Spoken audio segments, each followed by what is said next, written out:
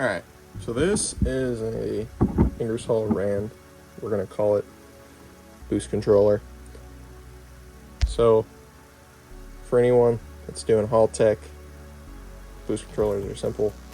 You got two wires, from what I understand. It doesn't matter what way that they're wired. I have this decent looking shrinkable loom that I used for mine, but I have to extend the harness. So this uses very small wire. I'm extending it, so I'm probably going to use something a little bigger.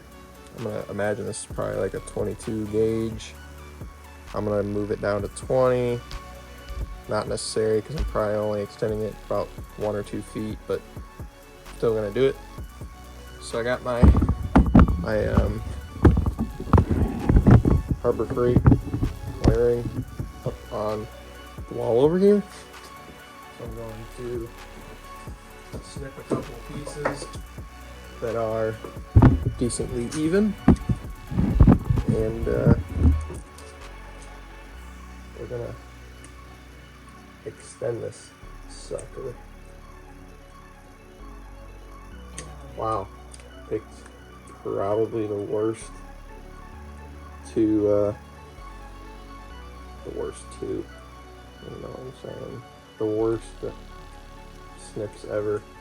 These are my crimpers, but oh my goodness.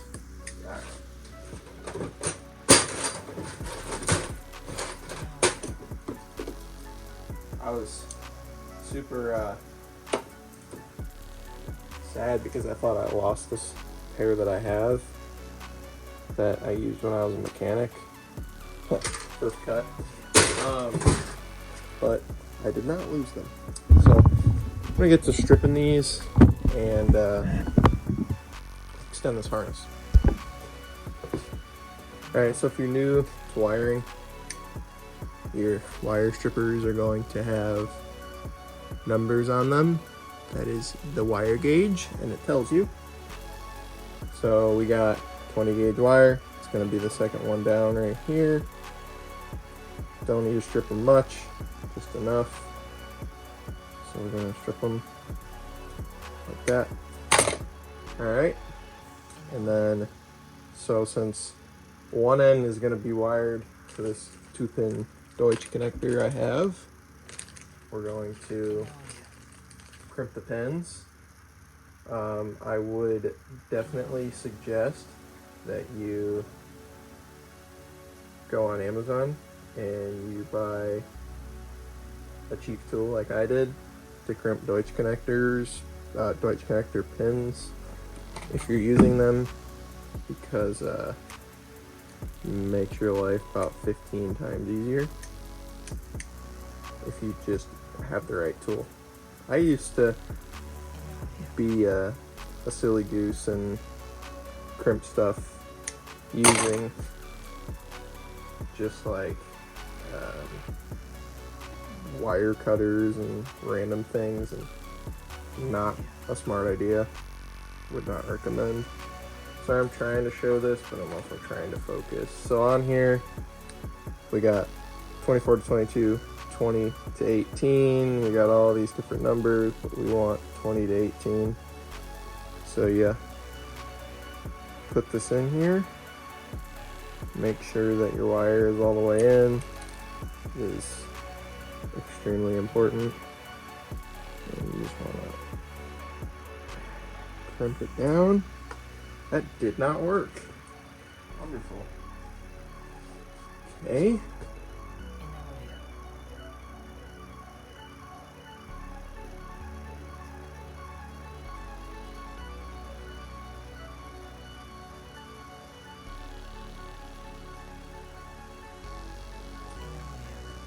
Intriguing.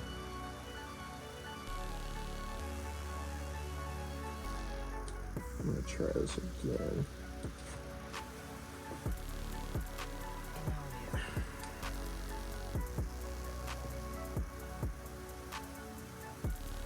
Alright, that time we got a good crimp. It's gonna be really hard for you guys to tell. You see that little dent in the middle? That's the idea with these things, because you can see they come to a point where my finger is. So it's what they're made to do.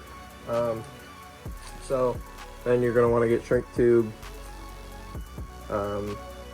and probably shrink tube over it, or actually rather probably not, because it has to go through the back of the connector.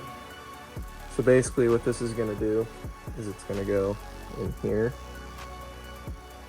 Sorry, trying to show this. It's going to go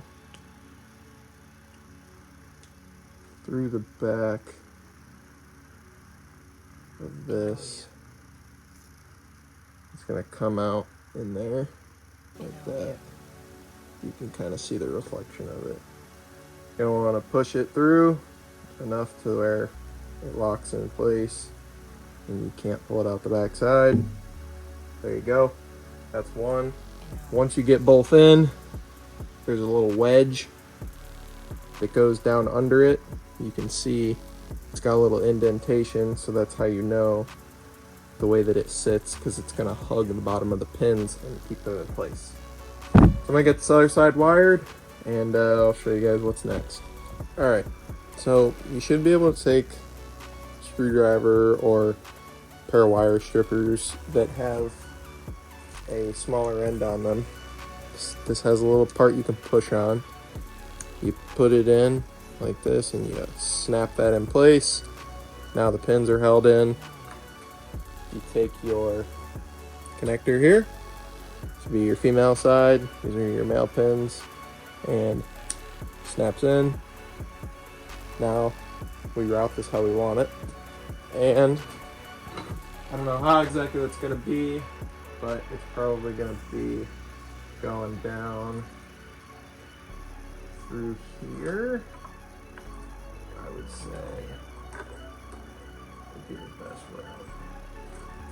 And we really didn't need to extend this much, but just because I don't want it to look like trash, I needed to extend it a little bit. So probably just gonna run it up against the firewall, most likely. It's gonna be the cleanest look, and we'll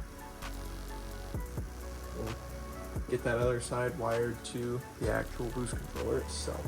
So, and with that, my thing to do is I just use non-insulated butt connectors and shrink tube. That looks the absolute best out of anything, because you just buy those colored shrinkable connectors and they're super bulky and garbage looking, and I used to do that.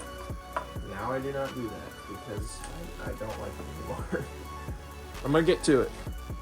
Pro tip from someone who's not a pro: always remember to slide your heat shrink over before. I always forget this, and then you have to cut it back apart and redo it.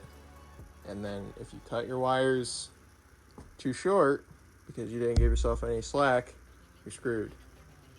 And then I also need to remember that even before that, I need to put loom around this. Alright, so now I got wire loom. What you usually want to do for this is make it a little long, and I did, because you probably want to put some heat shrink over this, make it look nice. So that is what I'm going to do. This is a split loom, so definitely want to slide some heat shrink over it because it can open up. I'm probably going to need some bigger things with that.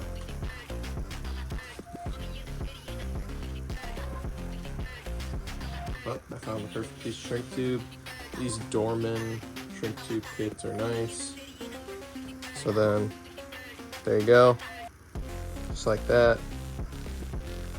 Probably would be the smartest to hold pressure against it, against the connector, because it's going to shrink and it's going to move, and then your wires are going to be exposed.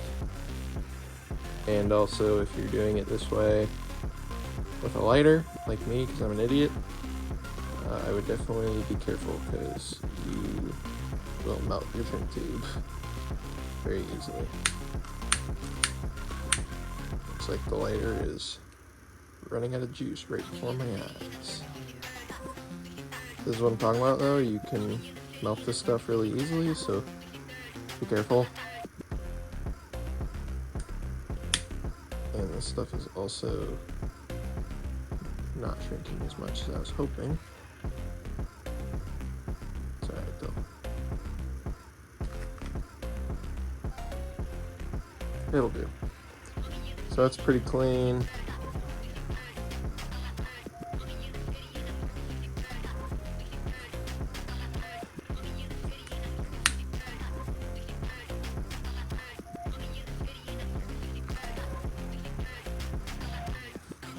Let this cool down for a second here. Hopefully it does shrink tube stuff. Alright. Got our wires hooked up, shrink tubed. And now, because you gave yourself a little bit of extra leeway, here is the reason that I did that. If I can get this wiring, it would be great.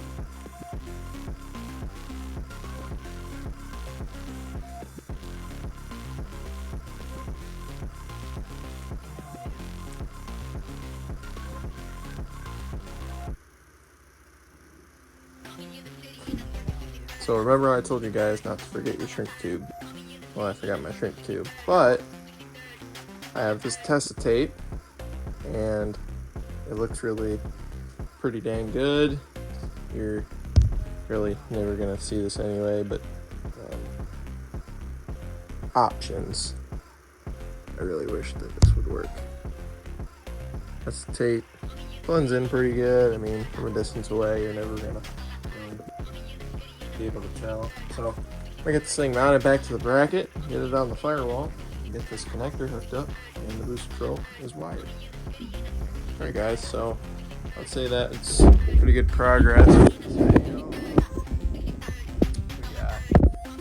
Basically we got the boost controller wired, harness is tucked up there pretty good.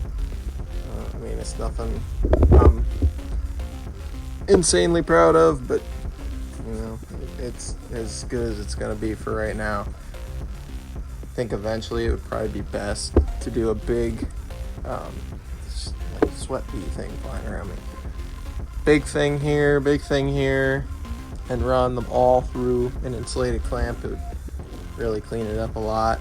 I got the little nylon pieces done for the coils to raise them. Those look a lot better. Got this line for the Haltech for the map sensor, onboard map sensor, connected back up. Shoot, what else have I done here? I got the cam angle sensor, good. The hole we drilled worked. Got the water neck bolted back on. Got the right coolant temp sensor, that's hooked up. Obviously you can see this is hooked up here, which when I tighten this down I'm gonna have to make sure I don't have that sitting on my connector.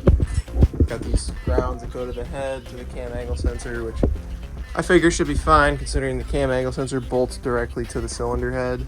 But if I'm wrong on that, let me know. Valve cover's back torqued on. Shoot, I mean, a lot of progress. I was really hoping to get this connector here that I need to wire for the throttle body, but it is what it is. So thank you guys for watching. I'm gonna end this video off here. In audio.